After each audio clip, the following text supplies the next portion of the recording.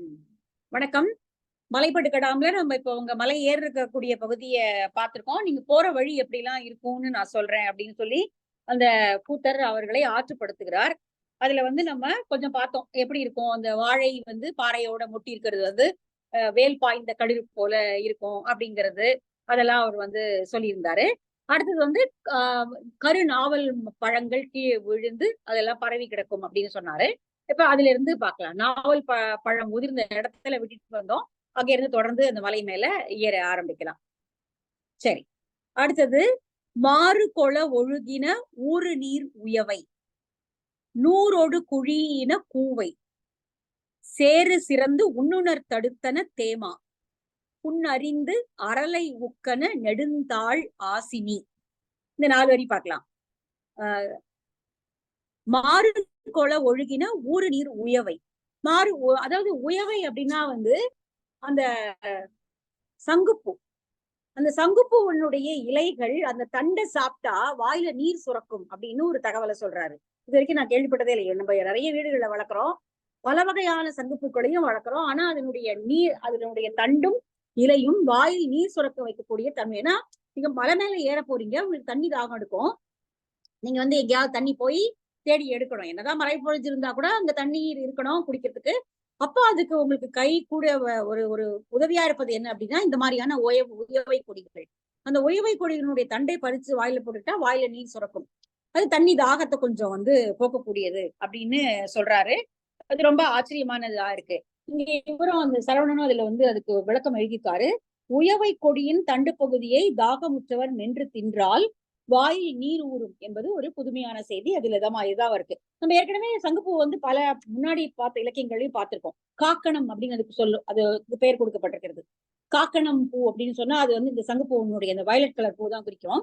இதுக்கு வந்து உயவை கொடியை காக்கணம் என்றும், அதாவது மசில் ஷெல் கிரீப்பர் சங்கினுடைய அந்த மாதிரி இருக்கிறதுனால அந்த மாதிரியும் வந்து சொல்லுவாங்க அப்படிங்கிறாரு.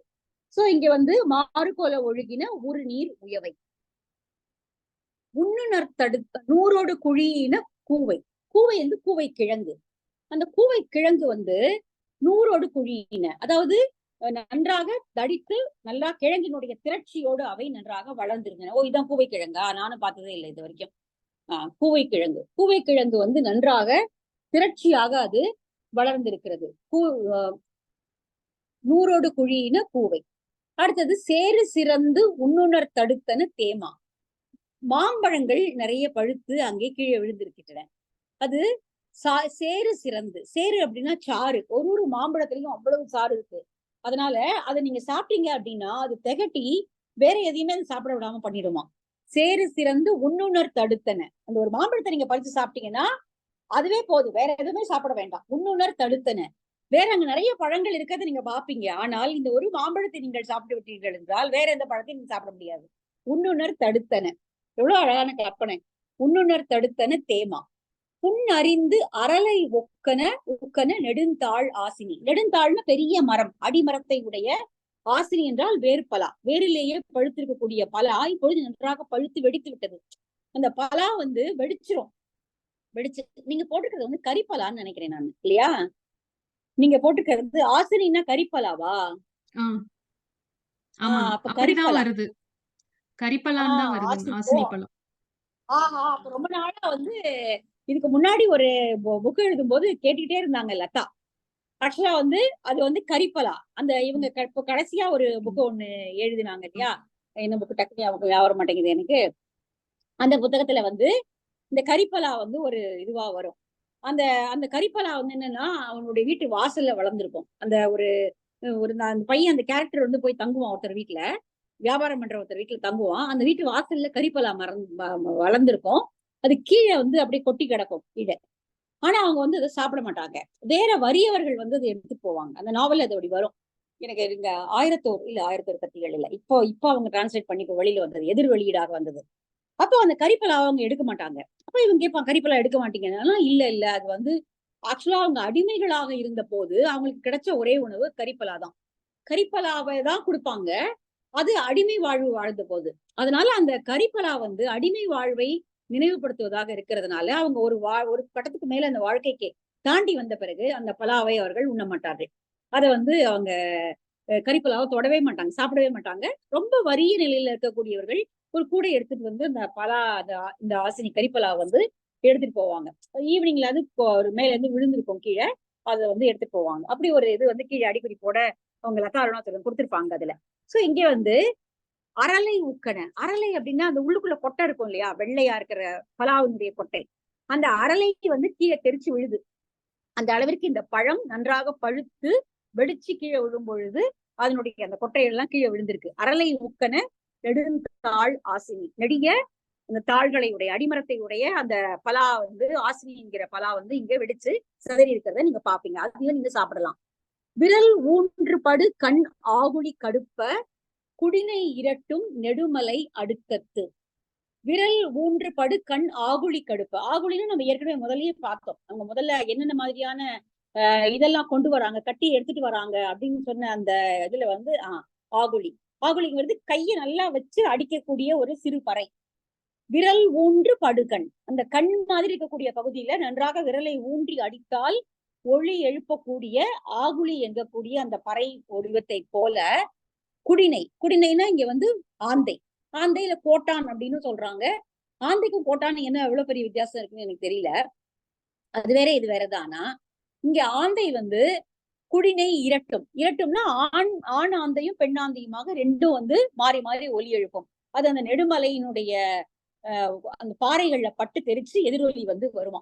விரல் ஊன்று படுகண் ஆகுழி கடுப்ப, அந்த ஆகுழியினுடைய ஓசை எப்படி இருக்குமோ, ஆந்தை வந்து அலரும் அப்படின்னு தான் சொல்றது உண்டு இல்லையா. நம்ம வந்து ஆந்தையினுடைய ஓசைக்கு அலரும் அப்படின்னு சொல்லுவோம்.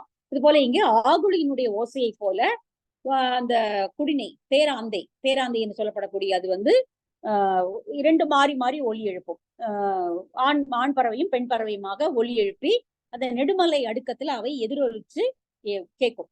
அதுக்கு நீங்க எல்லாம் பயப்பட வேண்டியதெல்லாம் ஒண்ணும் இல்ல. கீழும் மேலும் கார் வாய்த்து எதிரி கரம் செல் கோடியர் முழவின் தூங்கி முரஞ்சு கொண்டு இறைஞ்சின அலங்கு சினை பலவை. இப்ப அடுத்து சொல்றது வந்து பலாப்பழங்கள். பலாப்பழங்கள் அங்கே நிறைய வளர்ந்து தொங்கிக் கொண்டிருக்கும். அது பார்ப்பதற்கு முரசங்களை எடுத்து கொண்டு போகிற மத்தளங்களை கூத்தர்கள், அந்த வழியில ஏறக்கூடிய கூத்தர்கள் மத்தளங்களை தொங்கி எடுத்து கொண்டு போவதை போல. எவ்வளவு பெரிய பழம் பாருங்க பலாப்பழம்.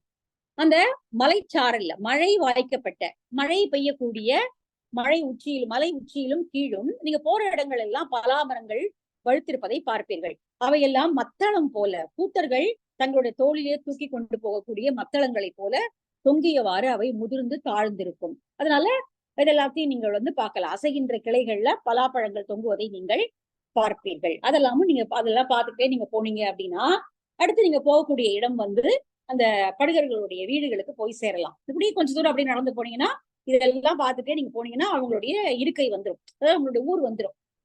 அப்போ அந்த ஊருடைய இது முதல்ல அது உள்ள என்ட்ராகும் போது எப்படி இருக்கும் அப்படின்னா, அங்க வந்து காந்தல் மலர்கள் நிறைய, மழை பெஞ்சதுனால காந்தல் மலர்கள் நிறைய மலர மொட்டு விட தொடங்கி இருக்கின்றன. நல்ல தீ போல நிறம், சக்கச்சவேல்னு காந்தல் மலர்களுடைய இது மலர்ந்த பிறகு இதுக்கு மஞ்சள் கீழே வருது. அது மலர்வதற்கு முன்னாடி மொட்டா இருக்கும் பொழுது வெறும் இந்த சிகப்பு நிறம் தான் தெரிஞ்சிருக்கும். அப்ப வானத்துல பறக்கிற பருந்து அது வந்து கீழே ஏதோ தசை துண்டு விழுந்திருக்கு அப்படின்னு நினைச்சு, ஏதோ விலங்கு இறந்திருக்கு, இரத்தத்தோடு இருக்கக்கூடிய தசை துண்டு அப்படின்னு நினைச்சு வேகமா வந்து கொத்தி எடுக்குது அந்த பூவை. ஆனா எடுத்த பிறகுதான் தெரியுது அது வந்து தசை துண்டு இல்ல, அது வந்து ஒரு பூவினுடைய மொட்டுன்னு. உடனே அது கீழே அப்படியே போட்டுடுது. அப்படி அடிக்கடி அது ஒரு தடவை செஞ்சாலும் இல்ல, அது அடிக்கடி செஞ்சு அது மாதிரியான பூக்களை கீழே சிதற விடுகிறது. அது பார்ப்பதற்கு எப்படி இருக்கு அப்படின்னா ஒரு திருமண வீடு போல. ஒரு திருமண வீட்டுல எப்படி ஒரு வாசனையோட பூக்கள்லாம் அங்கங்க சிதறி இருக்குமோ அது போல ஒரு மனம் பொருந்தியதாக அந்த வழி இருக்கும் அப்படின்னு சொல்றாரு. தீயின் அன்ன ஒன் செங்காந்தள் தூவல் கலித்த புதுமுகை ஊன் செத்து அறியாது எடுத்த புன்புறச் சேவல் ஊன் அண்மையின் உண்ணாது உகுத்தன. அதெல்லாம் கீழே போட்டிருக்கு. அதுதான் இந்த 4 வரையும் சொல்லுது. தீயின் அன்ன ஒன் செங்காந்தல், தீ போல அழகுடைய நிறமுடைய ஒளிருகின்ற பூக்களை உடைய செங்காந்தல் இப்பொழுது மழை பெய்ததுனால முட்டு விட்டிருக்கிறது. தூவல் கலித்த புதுமுகை, மழை தூரியதுனால உடனே முட்டு விட்டுடுச்சது. தூவல் கலித்த புதுமுகை, ரொம்ப அழகா இருக்குல்ல இந்த சென்டென்ஸே. மழை பெய்த உடனே புதுமுகை அரும்ப ஆரம்பித்து விட்டது. அதை ஊன் செத்து, அதை ஏதோ ஒரு கரித்துண்டு போல இருக்கிறது என்று நினைத்து அறியாது எடுத்த புன்புறச் சேவல். அது ஊனா அது பூவான்னு அதுக்கு தெரியல. அறியாது எடுத்த புன்புறச் சேவல். இந்த அதாவது அழகற்ற ஒரு நிறம் மங்கிய முதுகை உடையதாக இருக்கக்கூடிய பருந்து. பருந்தினுடைய நிறம் நமக்கு தெரியும், ஒரு மாதிரி வுட் கலர்ல, ட்ரை வுட் கலர்ல இருக்கக்கூடியது. அதுதான் புன்புறச் சேவல் அப்படிங்கிறாரு. அந்த பருந்து ஊன் அண்மையின், அது ஊன் இல்ல, அது தசை துண்டு இல்ல அப்படிங்கிறதை புரிந்து கொண்டு உண்ணாது உகுத்தன. அது உடனே தன்னுடைய பூக்களை எடுத்ததை அது கீழே போட்டுடுது. அப்படி அந்த மலை பகுதி முழுக்க அந்த காந்தளுடைய முட்டுக்கள் சிதறி கிடக்கின்றன. அதோட அதுவும் அழகா இருக்கு பார்ப்பதற்கு. நெருப்பின் அன்ன பல் இதழ் தாய் வெறிக்களம் கடுக்கும் வியல் அரைதுறும். அது பார்ப்பதற்கு எப்படி இருக்கு அப்படின்னா, ஒரு வெறியாட்டு களம் அயர்ந்தது போல இருக்கிறது. வெறியாட்டு நம்ம ஏற்கனவே பல இதுல படிச்சிருக்கோம். வேலனுக்காக வெறியாட்டுவது நம்ம சிலப்பதிகாரத்தையும் பார்த்தோம், குறுந்தொகையிலையும் பார்த்தோம். வேலனை அழைத்து அந்த தலைவிக்கு நோய் பாய்ப்படும் பொழுது அன்னை செவிலி எல்லாம் கூப்பிட்டு வேலனை அழைத்து வெறியாட்டி அந்த திணையெல்லாம் தெரிச்சு அந்த பூக்களை எல்லாம் தூவி அவளனை எடுத்து வெறியாட்டுவார்கள். அப்ப அந்த வெறியாட்டு களம் எப்படி இருக்கிறோமோ, சிவந்த பூக்களால் அழகுறு செய்யப்பட்டு எப்படி இருக்குமோ அது போல அந்த பாறைகள் காட்சி அளிக்கின்றன. வெறிக்களம் கடுக்கும் வியல் அரைதுறும். அந்த அகன்ற பாறைகள் எல்லாம் இப்படி அந்த செங்காந்தளுடைய இதழ்கள் பருந்தினால் போடப்பட்டு அவை வெறியாட்டு களம் போல காட்சி அளிக்கும். அதையும் பார்த்துட்டே நீங்க போகலாம். மன இல் கமழும் மாமலை சாரல். அந்த மலை சாரலே ஒரு திருமண வீடு போல இருக்குமா. இந்த ஒரே வரி போதும் நம்மள கற்பனையை கூட்டிட்டு போறதுக்கு. மன இல் கமழும். ஒரு திருமணம் நடக்கக்கூடிய வீட்டுல எப்படி பல வகையான வாசனை வருமோ. இது இப்ப நீங்கெல்லாம் அந்த அந்த எக்ஸ்பீரியன்ஸ் நிறையவே குறைஞ்சு போச்சு. ஒரு காலத்துல எல்லாம் கல்யாணம் அப்படின்னும் போது பர்டிகுலரா சில பூக்கள் தான் இருக்கும். இன்னைக்கு வேற ஏதோ வரும் அழகாக இருக்கக்கூடிய பூக்களை மட்டும் தான் வைக்கிறாங்க. முன்னாடி எல்லாம் பாத்தீங்கன்னா கதம்பம் இருக்கும், சம்பங்கி, மல்லி இருக்கும், முல்லை இருக்கும். முக்கியமா வாசனையான இதுதான் அதிகமா வச்சிருப்பாங்க. சம்பங்கி. இந்த சம்பங்கியோட வாசனையை பார்த்தாலே எனக்கு ஒரு கல்யாண வீடு ஞாபகம் தான் வரும். ஏன்னா அது பர்டிகுலரா கல்யாண மாலை சம்பங்கியில தான் பண்ணுவாங்க. இன்னைக்குதான் வேற வேற டிசைன்ல நிறைய வந்துருச்சு. அப்போ ஒரு திருமண வீட்டுல என்ன மாதிரியாலாம் வாசனை வருமோ அந்த வாசனையை நீங்க அந்த மலைப்பகுதியில உணரலாம். மன இல் கமழும் மாமலை சாரல். அது ஏற்கனவே மழை பெய்து இருக்கக்கூடிய அழகான மலைப்பகுதி. அது திருமண வீடு போல மனம் கமழ்வதாக. இப்ப ஏற்கனவே பார்த்துட்டோம், பலாப்பழம் ஒரு பக்கம் வெடிச்சு சிதறது, ஒரு பக்கம் மாம்பழம் வாசனை, இன்னொரு பக்கம் நாவல் பழம் சிதறி இருக்கிறது, ஒன்செங்காந்தல் கீழே விழுந்திருக்கிறது. அப்ப வாசனைக்கு கேட்க வேண்டியதே இல்லை. சோ அது ஒரு திருமண வீடு போல இருக்கிறது. அப்போ அந்த ஊர்ல இருக்கிறவங்க எல்லாம் என்னெல்லாம் எடுத்துட்டு போவாங்க அப்படின்னா, அவங்களும் இந்த மலையில ஏறி இறங்கக்கூடியவங்க தான். அவங்களுடைய தொழிலே அந்த மலைப்படு பொருட்களை எடுத்து உண்பதுதான். தேனினர் அவர்கள் தேன் அடையெல்லாம் எடுத்து தேனை இது பண்ணி எடுத்துட்டு போவாங்க. அடுத்து கிழங்குகளை அகழ்ந்து எடுத்துட்டு போவாங்க. கிழங்கினர். ஊன் ஆர் வட்டியர். வட்டினா ஒரு பெட்டி மாதிரி, ஒரு ஒரு இந்த பனை ஓலையில செய்த பெட்டி மாதிரி. அதுல இதெல்லாம் எடுத்துட்டு அவங்க போவாங்க. தேன், கிழங்குகள், அங்கிருந்து அகழ்ந்து எடுத்த கிழங்குகள். அடுத்தது ஊன்னா இப்படி வழியில கொல்லக்கூடிய விலங்குகளை உடைய சதைகளை எல்லாம் நன்றாக வெட்டி எடுத்து அதையும் அந்த வட்டிக்குள்ள போட்டு எடுத்துட்டு போவாங்க. சிறு கண் பன்றி பழுதுளி போக்கி பொருது தொலை யானை கோடு சீராக தூவோடு மலிந்த காய காணவர் செழும் பண் யானர் சிறுகுடி படினே இரும்பேர் ஒக்கலோடு பதம் மிக பெருகுதீர். இப்ப நீங்க அப்படியே போறீங்க இல்லையா, அந்த போற வழி போனீங்கன்னா அங்க நீங்க காணவர்களுடைய குடியிருப்பதை நீங்க பார்க்கலாம். அவங்களுடைய ஊர் வந்துடும். அந்த ஊர்ல நீங்க போனீங்கன்னா அவங்க உங்களை அப்படி கவனிச்சு அனுப்புவாங்க. அவங்க ஏன்னா தேன், கிழங்கு இதெல்லாம் மலையில இருந்து எடுத்துட்டு போறவங்க. அப்புறம் சிறு கண் பன்றி, சிறிய கண்களை உடைய பன்றிகளை அவர்கள் பொறி வைத்து பிடிப்பார்கள். ஏன்னா அந்த திணை விதைத்திருக்கக்கூடிய திணைகளை எல்லாம் கவருவதற்காக பன்றிகள் வரும், அதற்கு பொறி வைத்து பிடிப்பாங்க. அது பின்னாடி வரும். அது அந்த பன்றிகளை எல்லாம் அவர்கள் அடித்து அது தோல் எல்லாம் எடுத்துட்டு அதனுடைய பழுதுளி அதுல அந்த சில சதை நல்லா இல்லைன்னா அதெல்லாம் வெட்டி போட்டுட்டு மீதி இருக்கிறதெல்லாம் ஊனெல்லாம் துண்டமா ஆக்கி அந்த பன்றியை துண்டுகளாக ஆக்கி அவர்கள் அந்த வட்டில போட்டு எடுத்துட்டு வருவாங்க. அப்போ சிறு கண் பன்றி பழுதுளி போக்கி, வேண்டாத அந்த பன்றியினுடைய சதையில வேண்டாததெல்லாம் எடுத்துட்டு அந்த மயிரெல்லாம் நீக்கிட்டு நல்ல கொழுவிய சதைகளை அவர்கள் எடுத்து கொண்டு வருவார்கள். அது எப்படின்னா பொருது தொலை யானை கோடு சீராக. அது காட்டு நிறைய யானைகளும் உண்டு. அவை ஒன்றோடு ஒன்று மாறுபட்டு சண்டை போட்டுக்கொண்டு இறந்து போகும். அப்படி இறந்து போகும்பொழுது அதனுடைய தந்தங்கள் வீணா போகும் இல்லையா. 2 யானை ஆண் யானை சண்டை போட்டுச்சுன்னா இதுல ஏதாவது ஒண்ணு இறந்து போச்சு, இல்ல 2மே இறந்து போச்சு அப்படின்னா அதனுடைய தந்தங்களை அவர்கள் வெட்டி எடுத்துக்கொள்வார்கள். அவங்க யானையை கொலை பண்ணிலாம் எடுக்கிறது கிடையாது. அவங்க யானையை கொன்றெல்லாம் அவங்க எடுக்க மாட்டாங்க. ஆனால் அப்படி பொழுது தனக்குள் போரிட்டு யானைகள் இறந்து போகும் பொழுது அதனுடைய யானை தந்தத்தை எடுத்து அவர்கள் ஒரு காவடியாக வைத்துக் கொள்வார்கள். ஒரு காவடிக்கு கட்டையை தான் வச்சுப்பாங்க. ஆனா இங்க அவங்க ஒரு யானை தந்தத்தையே காவடியா வச்சுக்கிறாங்களாம். அந்த அளவுக்கு வளமான ஒரு பகுதி. பொருது தொல்லை யானை கோடு சீராக, அந்த யானையினுடைய தந்தத்தை காவடி போல எடுத்துக்கொண்டு தூவொடு மலிந்த காய காணவர், காவடியாக அவர்கள் இந்த இதெல்லாவற்றையும் இந்த சேகரித்த பொருள்களை எல்லாம் எடுத்துக்கொண்டு செழும் பல் யானர். யானைன்னா புது வருவாய், நம்ம ஏற்கனவே பார்த்தோம் பல தடவை. யானைன்னா புது வருவாய் அப்படின்னா அந்த காட்டுல அவங்களுக்கு புதுசு புதுசா கிடைச்சிட்டே இருக்கும். இப்போ ஒரு சீசன் முடிஞ்சதுன்னா அடுத்த சீசன்ல வேற கிடைக்கும் அவங்களுக்கு. அதனால அவங்களுக்கு எப்பவுமே புது வருவாய் உடையவர்களாக தான் இருப்பாங்க. திணை அறிவாங்க, அது அதனுடைய இது முடிஞ்சு போச்சுன்னா அடுத்து வரகு எடுப்பாங்க, அவரை எடுப்பாங்க, தேன் எடுப்பாங்க, கிழங்கு, அப்புறம் இந்த மாதிரியான சிறு சிறு விலங்குகள்ல கொன்று எடுக்கிறது. சோ அவங்களுக்கு எப்பவுமே ஒரு வருவாயுடையதாகவே அவருடைய வாழ்க்கை முறை இருக்கும். செழும்பல் யானர் சிறுகுடி படினே, அவர்கள் வாழக்கூடிய அந்த சிறு குடியை சென்று நீங்கள் அடைவீர்கள் என்றால், இரும்பேர் ஒக்கலோடு, நீங்க இவ்வளவு கூட்டமா வந்திருக்கீங்களே, இவ்வளவு பேரும் போனா அவங்க கவனிப்பாங்களா அப்படின்னு நீங்க கவலைப்படவே வேண்டாம். இரும்பேர் ஒக்கலோடு, ஒக்கல்னா சுற்றம், உங்க சுற்றத்தோடு நீங்க போங்க. இப்படியே கும்பலா போனாலும் அவங்க கவலையப்பட மாட்டாங்க. உங்க எல்லாரையும் அவங்க ஒருத்தரை எப்படி கவனிப்பாங்களோ அதே மாதிரி எல்லாரையும் கவனிச்சு அனுப்புவாங்க. அதனால நீங்க எல்லாருமே போகலாம். இரும்பேர் ஒக்கலோடு பதம் மிக பெருகுவின். நீங்க எல்லாருமே போய் அந்த இடத்துல அவர்கள் விருந்தினர்களாக உபசரிப்பதை நீங்கள் மகிழ்ந்து உண்ணலாம். இரும்பேருக்களோடு பதம் மிக பெருகுவின். நல்ல சாப்பாடு உங்களுக்கு அவங்க போடுவாங்க. என்ன சாப்பாடு போடுவாங்கன்னா அடுத்த பகுதியில வருது. ரொம்ப அழகான பகுதி. நீங்க ஒண்ணும் சொல்ல வேண்டாம். நீங்க இவ்வளவு கும்பலா போறீங்க இல்லையா, அங்க போயிட்டு நாங்க யாரு, நாங்க நல்ல நன்னன் செய் நன்னனை பாடுவதற்காக வந்திருக்கிறோம் அப்படிங்கறத மட்டும் சொன்னா போதும்.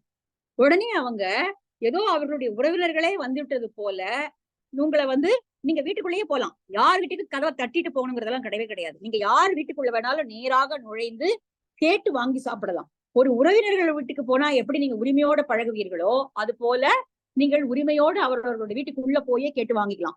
அதோடு மட்டுமல்லாமல் அந்த குரமகள் மிக அழகாக இந்த உணவெல்லாம் போட்டு சமைச்சு, நிறைய அவர்களுக்கு சதை துண்டங்கள் நிறைய கிடைக்கும், நிறைய விலங்குகள் இருக்கு அப்படிங்கிறதுனால பல்வேறு வகையான விலங்குகளை வேட்டையாடி எடுத்து வந்து சதை துண்டங்கள் எல்லாம் போட்டு செய்த சமையலை அந்த குழந்தைகள் உறவு முறை கூப்பிட்டு உங்களுக்கு கொடுப்பாங்க. அவ சமைச்சு வச்சிருவா, தன்னுடைய குழந்தைகளை விட்டு அனுப்புவா, போய் உங்களை சாப்பிட கூப்பிடு அப்படின்னு.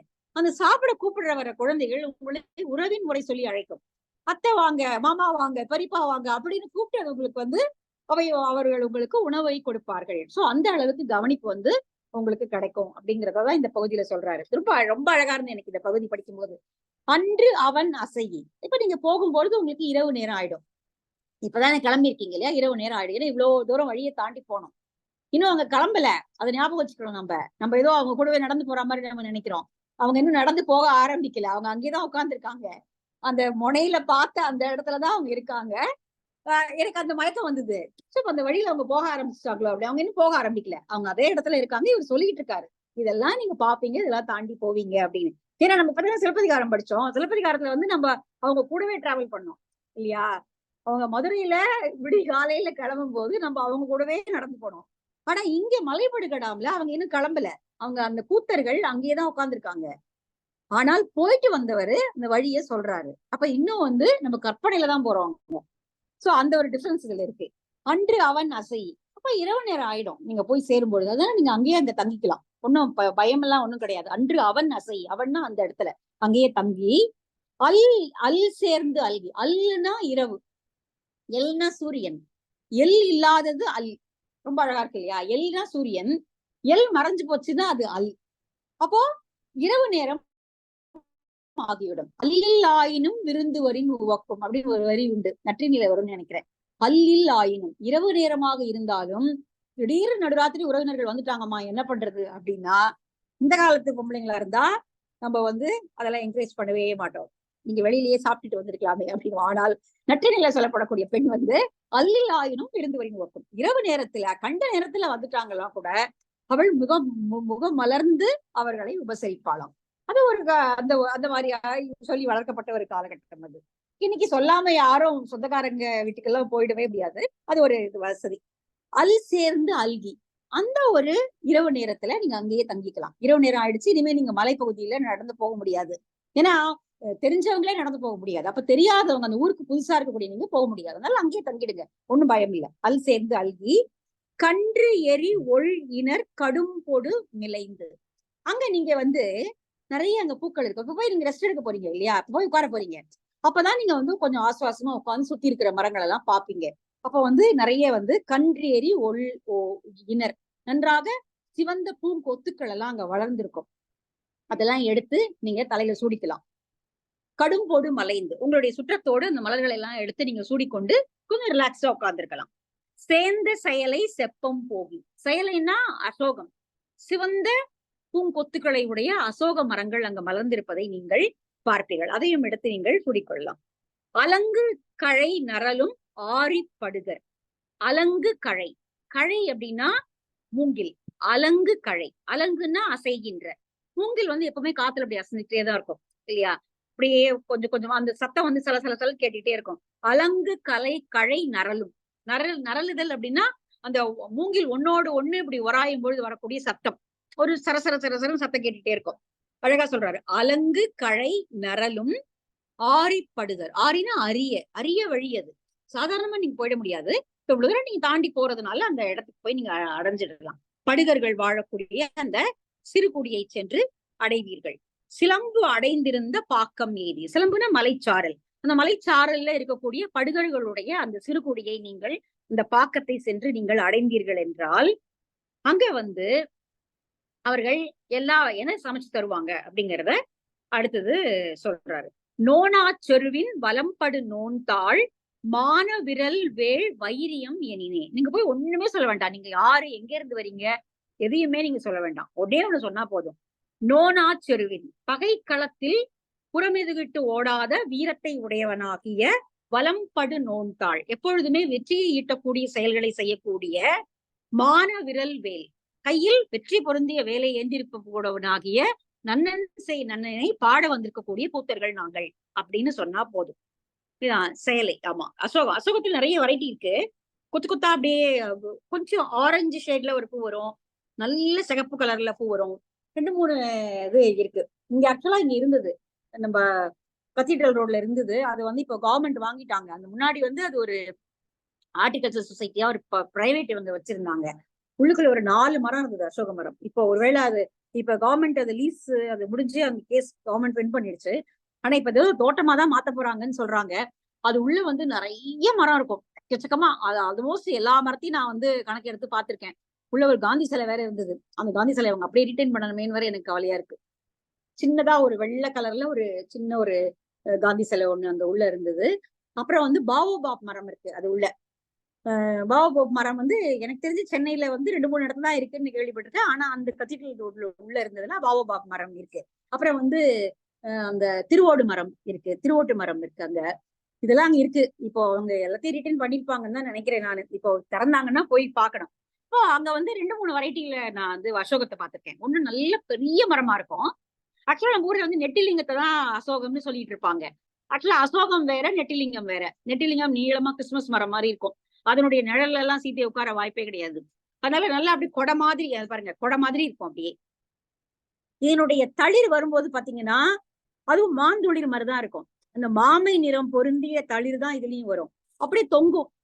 இலை வந்து ஸ்டிஃபா நிக்காது, அப்படியே கீழே அப்படியே தொங்கும், கொத்து கொத்தாக இலை தொங்கும். அதுக்கப்புறம் தான் கொஞ்சம் வளர்ந்து பச்சையாகி அதுக்கப்புறமா பூ வரும்.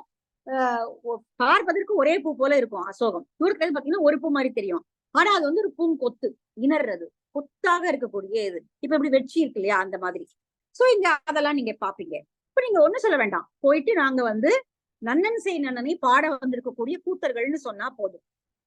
அவங்க நும் இல் போல நில்லாது புக்கு. நீங்க வந்து போய் வாசல தயங்கிலாம் நிக்க வேண்டியதே கிடையாது. அந்த அவங்க வீடுகள் அங்க இருக்கும். அந்த வீட்டு வாசல்ல போய் நின்று நீங்க தயங்கிலாம் நிக்க வேண்டியதில்லை. நும்மில் போல, உங்க வீட்டுக்குள்ள நீங்க எவ்வளவு உரிமையா போவீங்களோ அந்த மாதிரி நீங்க உரிமையா உள்ள போலாம். நும்மில் போல நில்லாது புக்கு, வாசல்ல தயங்கி நில்லாது நேராக உள்ளே போலாம். கிழவிர் போல கேளாது கெழி. கிழவிர் அப்படின்னா உரிமையுடையவர்கள், கிழமைனா உரிமையுடையது. உரிமையுடையவர்களை போல நீங்க அவங்க ஏதாவது சமைச்சு வச்சிருந்தாங்கன்னா அதை வந்து நீங்க கேட்டு வாங்கி சாப்பிடணுங்கிறதே இல்ல. கேளாது. நாங்க ஒரு தூரத்துல வந்திருக்கோம், உங்களுக்கு பசிக்குது, நாங்க எடுத்து சாப்பிடுறோம் அப்படின்னு நீங்க தாராளமா எடுத்து சாப்பிடலாம். அதை அவங்க வந்து உங்கள் ஆரவாரத்தோடு வரவேற்பார்கள். இப்ப எந்த அளவுக்கு ஒரு விருந்தினர்களை உபசரிக்கிறது அப்படிங்கிற பண்பை வந்து அவங்க வச்சிருந்திருக்காங்க அப்படின்னு தெரியும். நும்மில் போல நில்லாது புக்கு, கிழவிற்போல கேளாது கெழி. நீங்க யாரும் கேட்க வேண்டியதில்லை, யாரும் உங்களை ஒண்ணும் சொல்ல மாட்டாங்க. நேரா போய் உள்ள எது வேணாலும் எடுத்து நீங்க சாப்பிடலாம். சாப்பிட்டு சேட்புலம்பு அகல இனிய கூறி. அவர்களும் நீங்க இவ்வளவு தூரத்துல இருந்து வந்திருக்கிறீர்களா, அவ்வளவு வருத்தத்தோட வந்திருக்கீங்களா, எங்க ஊரை பார்க்க இவ்வளவு தூரம் வந்திருக்கீங்களே என்று சொல்லி அவர்கள் இனிய வார்த்தைகளை சொல்லி உங்களை ஆசுவாசப்படுத்துவார்கள். வந்து நீங்க உங்களுக்கு அந்த களைப்பே போயிடும். இவ்வளவு தூரம் நடந்து வந்திருக்கோமா அப்படிங்கிற களைப்பே உங்களுக்கு போயிடும். சேட்புலம்பு அகல. இவ்வளவு தூரம் கடந்து வந்த அந்த வருத்தம் தணியுமாறு அவர்கள் இனிய வார்த்தைகளை கூறி உங்களை உபசரிப்பார்கள். பருவு குறை பொழிந்த நெய் கண் வேலையோடு குருவு கண் இரடி பொம்மல் பெருகுவீர். முதல்ல உங்களுக்கு போன உடனே முதல்ல ஒரு சாப்பாடு கொடுத்துருவாங்க. என்ன கொடுப்பாங்க அப்படின்னா, அதுதான் சொல்றாரு. பருத்த தசை துண்டங்கள். பருவு குறை. பருவு குறைனா நல்லா பெரிய பெரிய சதை துண்டங்கள். ஏற்கனவே பார்த்தவங்க பன்றிகளை எடுத்து வந்தார்கள் இல்லையா, அந்த பருவு குறை பொழிந்த பெரிய பெரிய துண்டங்களோடு இருக்கக்கூடிய அந்த கறி துண்டங்களை நெய்க்கண் நெய்யோடு சேர்த்து நன்றாக பொரியலாக செய்து வேவை குருவு கண் இரடி பொம்மல் பெருகுவீர். குருவு கண் இரடி பொம்மல். இரடி பொம்மல் அப்படின்னா திணைச்சோறு. நன்றாக பெரிய பெரிய கண்களை உடைய அரிசி போல ரொம்ப நுண்மையா இருக்காது. அது வெந்ததுன்னா கொஞ்சம் பெருசு பெருசா இருக்கும். இப்ப சில அரிசிகள் நல்ல பெருசா இருக்கும் இல்லையா, அது போல வந்து வேக வைத்த பொரியலை நெய்யில போட்டு வேக வச்ச நல்ல பெரிய பெரிய துண்டுகளா இருக்கக்கூடிய பொரியலோட இரடி பொம்மல் என்று சொல்லப்படக்கூடிய பெரிய பருக்கைகளை கொண்ட திணை சோறை அவர்கள் உங்களுக்கு தருவார்கள். நீங்க போன உடனே இதை சாப்பிடலாம். தாராளமா உங்களுக்கு போன உடனே இது கிடைச்சிடும். அதனால அந்த இரவு நீங்க அங்கேயே தங்கி அந்த மலர்களை எல்லாம் சூடிக்கொண்டு அங்கேயே இருக்கலாம். அவர்கள் உங்களை தங்களுடைய உறவினர்களை போல பார்த்துக் கொள்வார்கள். அடுத்தது நீங்க அடுத்த நாள் உங்களுக்கு நல்ல விருந்து வைத்து சாப்பாடு போட்டு அனுப்புவாங்க. அதுக்கப்புறமா நீங்க கிளம்பலாம். காலையில எழுந்து உடனே கிளம்ப வேண்டியது இல்ல. நீங்க அன்னைக்கும் அடுத்த நாள் காலையில உங்களுக்கு நல்ல உணவு கொடுத்து உங்களை அங்கிருந்து அனுப்புவார்கள். அதுதான் அடுத்தது என்ன கொடுக்க போறாங்கிறத சொல்றாரு. மலைக்குற மகளிர் தரக்கூடிய மனம் தரக்கூடிய விருந்து. நல்ல நல்ல நிறைய அங்க நிறைய விலங்குகள் கிடைக்குது. முள்ளம்பன்றி, பன்றி, இந்த மாதிரி உடும்பு நிறைய கிடைக்குது அங்க. அதெல்லாம் அவங்க வேட்டையாடி எடுத்துட்டு வந்திருப்பாங்க. அதெல்லாம் வந்து அவங்களுக்கு மழை காலத்துக்கு சேர்த்து வைக்கணுங்கிறதுக்காக வேட்டையாடி எடுத்து வரப்பட்டது. இப்போ விருந்தினர்கள் வந்துட்டாங்கிறதுக்காக அவங்க அதை ஒழிச்சு வைக்கிறது இல்ல. அது எல்லாத்தையும் போட்டு அதுல வந்து மூங்கில் அரிசியும் போட்டு நெய்ய போட்டு புளியம்பழத்தை போட்டு மோர் ஊத்தி சமைச்ச ஒரு கிட்டத்தட்ட இவங்க சொல்ற பக்குவத்தை பார்த்தா அது ஒரு கைண்ட் ஆஃப் பிரியாணி மாதிரி இருக்கு. எல்லாத்தையும் போட்டு கலந்து செஞ்ச ஒரு உணவை வந்து அவங்களுக்கு கொடுப்பான். அதோட அவங்க வந்து மூங்கில் குழாயில வடித்த தேரல் கள்ளையும் உங்களுக்கு அவர்கள் வழங்குவார்கள். ஏரி தருவும் இலங்கு மலை தாரமோடு வேய்பெயல் விளையுள் தேக்கட் தேரல். தேக்கட் தேரல்னா கள். வேய்பெயல் விளையுள் மூங்கில்குள்ள அரிசியை போட்டு தேனெல்லாம் போட்டு மக வைத்து வைக்கக்கூடிய நொதிக்க வைத்து வைக்கக்கூடிய தேரல். மூங்கில்ல தேரல் பண்ணுவாங்க. கள் வடிப்பாங்க. அததான் வந்து இங்க சொல்றாரு. அந்த மலை மேல ஏறி அது ரொம்ப அரிய பொருளாக இருப்பது. அவங்க வந்து தேனடையெல்லாம் ரொம்ப ஈஸியா எல்லாம் எடுத்துட முடியாது. மேல ஏறி நூல் ஏணி போட்டு நம்ம வந்து இதுல பாத்திருக்கோம். குறுந்தொகையில கூட ஒரு இடத்துல பாத்திருக்கோம். ஒரு நூல் ஏணி போல அதுல ஏறி மேல இருந்து வந்து வருவாங்க. அந்த லதாவுடைய புக்கு ஞாபகம் வந்து சொர்க்கத்தின் பறவைகள், இந்த புக்கோட பேரு. அந்த புக்கு இப்ப அவங்க எதிர்பதிப்பதற்காக டிரான்ஸ்லேட் பண்ணாங்க. அது வந்து அப்துல் ரசாக் அப்படிங்கிற ஒரு முக்கியமான நோபல் பரிசு பெற்றவருடைய இது. அதுலதான் இந்த கரிப்பலாவை பத்தின அந்த தொன்மம் வந்தது. அது இந்த கரிப்பலா பார்க்கும் போதெல்லாம் அதுதான் ஞாபகம் வரும். அது வந்து ஒரு அடிமையினுடைய சின்னம். அது இப்ப சில பொருள்களை வந்து சாப்பிட மாட்டாங்க. இன்னும் சில வீடுகள்ல வந்து சில பொருள்கள் விளக்கப்பட்டதா இருக்கும். சில பொருள்களை சாப்பிட மாட்டாங்க. இப்ப நிறைய வீடுகள்ல பாத்தீங்கன்னா சொரக்கா சாப்பிட மாட்டாங்க. ஏன்னா சொரக்கா வந்து பெரும்பாலும் கொடி மாதிரி ஏறி இப்பனா அது சுடுகாடுகள்ல வளரக்கூடியது அப்படிங்கிறதுனால அதுக்கு ஒரு தனியான இது உண்டு. அது சாப்பிட மாட்டாங்க. இந்த மாதிரி நிறைய ரெஸ்ட்ரிக்ஷன்ஸ் வந்து எப்படி வந்து ஹலால் ஹராம் இவங்க முஸ்லிம்ஸ் சாப்பிடுறாங்களோ அது மாதிரி நிறைய வீடுகள்ல சில சில பதார்த்தங்கள் கிடையாது அப்படின்னு சொல்லுவாங்க. விளக்கப்பட்டதாக இருக்கும். அது போல அந்த ஆசனி பலாவை அவங்க சாப்பிட மாட்டாங்க. அது போல அது இப்பதான் ஞாபகம் வந்து கரெக்டா. இங்க ஏரி தருவும் இலங்கு மலை தாரமோடு அவங்க மரம் மேல ஏறி ரொம்ப கஷ்டப்பட்டு அந்த தேனடைய எடுத்துட்டு வராங்க. ஆனா அவங்க கஷ்டப்பட்டு எடுத்துட்டு வந்ததாச்சு அப்படின்னு சொல்லி அவங்க தங்களுக்காக வச்சுக்கல. அதை அவர்கள் வரக்கூடிய விருந்தினர்களுக்கு வாரி வழங்குகிறார்கள். அங்க மலை மேல இருந்து கஷ்டப்பட்டு கொண்டு வந்த பொருள்களை எல்லாம் அதனோடு தாரமுடன பொருள்கள் அதோடு மூங்கில் குழாய்களில் விளைக்கப்பட்ட வேய்பெயல் விளையுள் தேக்கட் தேரல் மூங்கில் குழாயில் பதப்படுத்தப்பட்டு நொதிக்க வைக்கப்பட்ட கள்ளை அவர்கள் உங்களுக்கு வழங்குவார்கள். அதையும் நீங்க குடிக்கலாம் தாராளமா. அது குடிச்சு நல்லா எடுத்து நல்லா ரெஸ்ட் எடுத்து அந்த நைட்டு நீங்க அங்கேயே இருக்கலாம். குறைவின்றி பருகி. ஐயோ கொஞ்சம் கேட்டா இன்னும் கிடைக்குமோ கிடைக்காதோ அப்படின்னு நீங்க பயப்பட வேண்டியது இல்லை. எவ்வளவு கேட்டாலும் கொடுப்பாங்க அவங்க. குறைவின்றி பருகி உங்களுக்கு எவ்வளவு வேணுமோ நீங்க வாங்கி குடிக்கலாம். குறைவின்றி பருகி நரவு மகிழ்ந்து அந்த கள்ளினுடைய அது தரக்கூடிய மயக்கம் இருக்கு இல்லையா, அந்த மயக்கத்துல நீங்க மகிழ்ந்து இருக்கலாம். நரவு மகிழ்ந்து வைகரை அந்த வைகரையில நீங்க துயில் எழுந்தீர்கள் என்றால் பழம் செருக்கு உற்ற நும் அனந்தல் தீர. இந்த கள்ளு குடிச்சதுனால அந்த ஒரு பெரிய அப்படி மயக்கம் இருக்கும் இல்லையா, அந்த ஹேங் ஓவர்னு சொல்றாங்களே, அது இருக்கும் உங்களுக்கு. அந்த ஹேங் ஓவர் தீர்றதுக்கு அவங்க உங்களுக்கு சாப்பாடு போடுவாங்க. அதுதான் புளி ஊத்தி சமைக்கிறது. புளி போட்டு சமைச்சா அந்த அந்த கள் குடிச்ச மயக்கம் போயிடுமா. அனந்தல், அனந்தல்ங்கிற வார்த்தை நம்ம ஏற்கனவே படிச்சிருக்கோம், ஞாபகம் இருக்குன்னு நினைக்கிறேன், திருப்பாவையில வரும். நுண்மகள் தான் ஊமையோ அன்றி செவிடோ அனந்தலோ ஏம பெருந்துயில் மந்திரப்பட்டாளோ அப்படின்னு வரும் திருப்பாவையில. ஆஹ் தூங்கிட்டாளா, அவளுக்கு என்ன பெரிய தூக்கம் பிடிச்சிக்கிச்சா அவளை, வந்து அல்லது மாயம் யாராவது போட்டு இப்படி செஞ்சுட்டாங்களா, அல்லது அனந்தல் அவனுக்கு மயக்கம் சொல்லக்கூடிய அந்த வரி வந்தது. அந்த வரி பாருங்க, இந்த அனந்தல்ங்கிற வார்த்தை எவ்வளவு தூரம் டிராவல் பண்ணி அங்க வந்திருக்கு. அனந்தல், நீங்க கள் குடிச்ச மயக்கம். அப்போ அனந்தலுக்கும் நம்ம அதே பொருள் எடுத்துக்கலாங்க. ஆயிரப்பாடியிலையும் அவன் முதல் நாள் ஏதோ நல்லா குடிச்சிட்டு படுத்து தூங்கிட்டான். அனந்தல் பழஞ்செருக்கு உற்ற நும் அனந்தல் தீர, உங்களுடைய அந்த மயக்கம் தீரும்படியாக அவர்கள் உங்களுக்கு நல்ல உணவை அடுத்த நாள் காலையில புறமகள் சமைத்து போடுவாள். அதை நீங்க சாப்பிட்டுட்டு அங்க இருந்து கிளம்பலாம். அது என்ன அது என்னங்கிறது தான், அந்த சமையல் தான் அடுத்து வர்றது. டைம் இருக்குமா? இருக்காது, ஏன்னா கொஞ்சம் விஸ்தாரமான சமையல் இது. 4 நிமிஷம் இருக்கு. சரி. அருவி தந்த பழம் சிதை வெண்கால், என்னென்னலாம் போடுறாங்க இந்த 10 வரியில, கிட்டத்தட்ட 8 வரி வந்து அவ சமைக்கிற சமையலுடைய அந்த இது டிஸ்கிரிப்ஷன், என்னெல்லாம் போட்டு அவ சமைக்கிறா அப்படின்னு என்னெல்லாம் போடுறா பாருங்க. அருவி தந்த பழம் சிதை வெண்கால், மேல இருந்து அருவி, மலை மேலேயும் பலாப்பழம் விளைஞ்சிருக்குன்னு சொன்னார் இல்லையா, அப்ப அந்த அருவி மேல இருந்து விழும்பொழுது அந்த மேல இருந்து இருக்கக்கூடிய பழத்தை தள்ளி எடுத்துட்டு வருது, பலாப்பழத்தை உருட்டி எடுத்துட்டு வருது.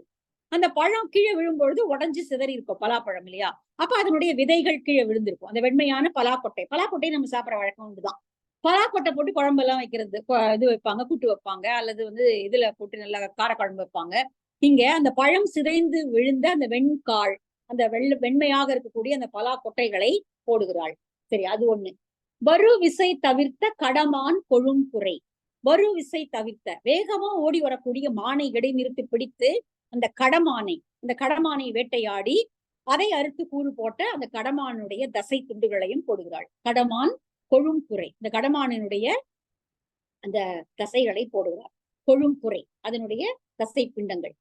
உளவு மா தொலைச்சிய பை நினப்பிளவை பிணவு நாய் முடுக்கிய தடியோடு விரையி. அடுத்தது வந்து இது நினைக்கிறேன், முள்ளம்பன்றி. பலாப்பழம் போட்டாலா, கடமானினுடைய இது போட்டாலா, அடுத்தது வந்து பெண்ணாயை விரைவாக செலுத்தி முள்ளம்பன்றியை கொன்று எடுத்த பசிய கொழுப்புடைய தசை பிண்டங்கள். அதுதான் இங்க சொல்றாரு. உளவுமா தொலைச்சிய, முட்களை உடைய முள்ளம் பன்றியினுடைய உதை வெட்டி எடுத்தா அது நிறைய கொழுப்பு இருக்கும், அந்த கொழுப்போடு வடியக்கூடிய தசை துண்டங்களையும் அதுல போடுறான். சோ முதல்ல கடமான், பலாக்கொட்டை, கடமானுடைய துண்டு, முள்ளம்பன்றியினுடைய கொழுப்பு ஒழுகக்கூடிய தசைகள். அடுத்தது பிணவு நாய் முடுக்கிய தடியோடு விரையி. தடினா உடும்பு, உடும்பு வேகமா போகும்போது அதை பெண் வேட்டை நாய்களை விட்டு வேகமாக போய் கடிக்க வச்சு அதை பிடிச்சிடுறது, உடும்பை பிடிச்சிடுறது. இந்த உடும்பை, அந்த உடும்பினுடைய தசைகளையும் போடுகிறார். அதையும் போட்டு வெண்புடை கொண்ட துய்த்தலை பழனின், வெண்தலை கொண்ட வெண்மையான, புளியம் இதுல பாத்துருக்கலாம், புளியம்பழத்தை உள்ள உடைச்சோம்னா உள்ள ஒரு வெள்ளையா ஒரு கோடு மாதிரி வரும், அந்த நார் நடுவுல நார் வரும். அந்த நாரை எடுத்துட்டு அந்த பழத்தை எடுத்து போடுறாளாம், புளி போட்டு சமைக்கிறா. புளி எதுக்கு போடுறா அப்படின்னா, அது கீழே உரையாசை கொடுக்குறாரு, புளி போட்டு சமைச்சாதான் அந்த கல்லுனுடைய மயக்கம் போகுமா. ஏன்னா முதல் நாள் நைட் நல்லா குடிச்சிருக்காங்க இல்லையா, அதனால அந்த மயக்கம் போகணும் அப்படின்னா அடுத்து நடக்கணுமே, இந்த கல் மயக்கத்தோட எங்க நடக்கிறது, அதனால புளியும் மோரும் போட்டு சமைச்சா அந்த மயக்கம் தீந்துரும். ஆனா மோர் கொடுப்பாங்க, நான் கேள்விப்பட்டிருக்கேன், நல்லா அந்த ஹேங் ஓவர் இருக்கிறவங்களுக்கு மோர் கொடுப்பாங்க அப்படின்னு. நீங்க கரெக்டா அதை பிடிச்சிருக்காரு. புளியும் பழத்தையும் மோரும் விட்டு சமைத்த உணவை அவர்கள் உங்களுக்கு தருவார்கள், அதான் சொல்றாரு. நம்ம அடுத்து இன்னும் பாதி சமையல் இருக்கா, மீதி சமையல் நம்ம அடுத்த கிளாஸ்ல பார்க்கலாம். பாய்.